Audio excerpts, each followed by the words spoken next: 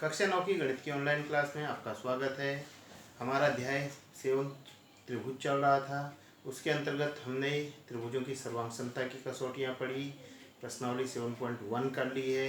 अब प्रश्नावली 7.2 करने से पहले हम सबसे पहले समद्विबाहु त्रिभुज यानी कि आइसोसेलेस ट्रायंगल क्या होता है उसके बारे में पढ़ेंगे।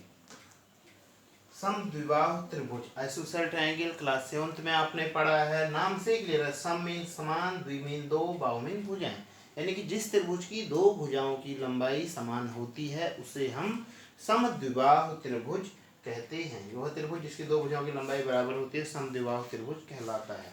अब इस समद्विबाहु त्रिभुज से संबंधित एक बहुत महत्वपूर्ण प्रमेय 7.2 यानी कि थ्योरम 7.2 आपकी है।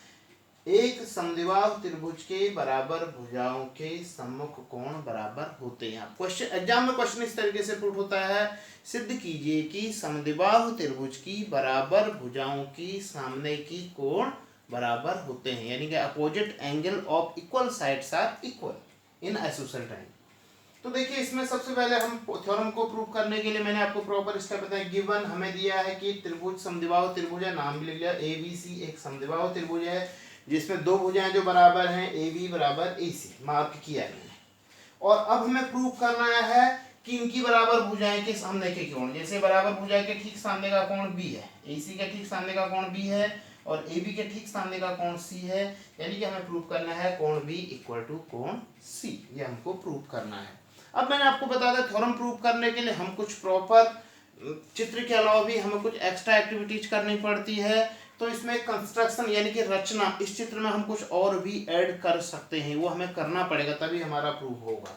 हम एक काम करें, जो शीर्ष ए से है, शीर्ष ए से यानी कि शीर्ष ए का जो एंगल ए है, एंगल ए का समद्विभाजक, कोण ए का समद्विभाजक AD खींचा। समद्विभाजक मीन्स अगर कोण ए आपका 50 अंश है तो ये 25-25 हो जाएगा, यानी कि दो बराबर इक्वल पार्ट, एंगल बाइसेक्टर बोलते हैं। तो इसमें क्या लिखा, कोण ए की समद्विभाजक रेखा AD खींची, ये हमें यहां पर करना पड़ेगा। कोण ए की समद्विभाजक रेखा AD, कोण ए से, शीर्ष ए से एक रेखा खींच दी AD जो क्या कर रही है, कोण ए को दो बराबर भाग में डिवाइड करिए, यानी कि 23 इक्वल टू 23, ये दोनों इक्वल हो गए। अब देखिए हम इसको सॉल्व कर रहे हैं प्रूफ। हमें क्या करना है, हमें दिखाना है कि ये वाला कोण इस कोण के इक्वल है। तो हम एक चीज देख रहे हैं, दो ट्रायंगल बन गए, फर्स्ट ट्रायंगल और सेकंड ट्रायंगल। इन दोनों ट्रायंगलों की तुलना करेंगे। Triangle ABD, in triangle ABD and triangle ACD, यानी कि त्रिभुज ABD व त्रिभुज ACD में दोनों की तुलना हम करेंगे। तो इन दोनों में जब हम तुलना कर रहे हैं तो हम देख रहे हैं AB बराबर AC, ये हमें पता है, AB is equal to AC, ये आपका प्रश्न में गिवन है। क्यों गिवन है, हमें दिया है समद्विबाहु त्रिभुज है तो दो भुजाएं बराबर हैं। उसके बाद हम देख रहे हैं AD is equal to AD common है, दोनों में आ रहा है, दोनों त्रिभुजों का पार्ट AD है। आप देख रहे हो AD, तो AD आपका त्रिभुज ABD का पार्ट भी है और AD ही आपका त्रिभुज ACD का पार्ट भी है, तो दोनों में कॉमन है। अब आप देखिए इन दोनों भुजाओं के बीच का कोण, यानी कि angle BAD is equal to angle CAT, ये हमारा इक्वल है।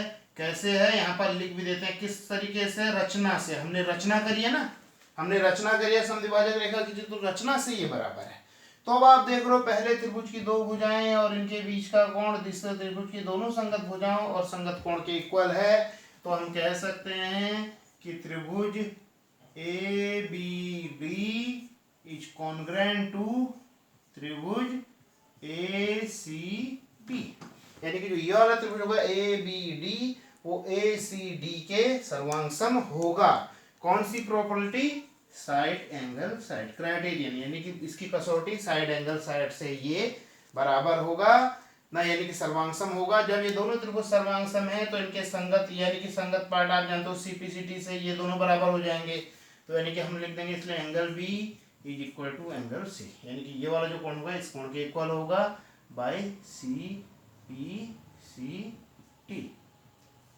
CPCT से ये दोनों कोण आपके बराबर हो जाएंगे। यही हमें प्रूव करना था, कोण B इक्वल टू कोण C। इसी क्रम में आपका एक थ्योरम 7.3 भी आएगी, वो इसी की विलोम थ्योरम है। उसमें यह है कि यदि किसी त्रिभुज के दो कोण बराबर हैं, यदि किसी त्रिभुज के दो कोण बराबर हैं तो बराबर कोणों की सम्मुख भुजाएं बराबर होती हैं।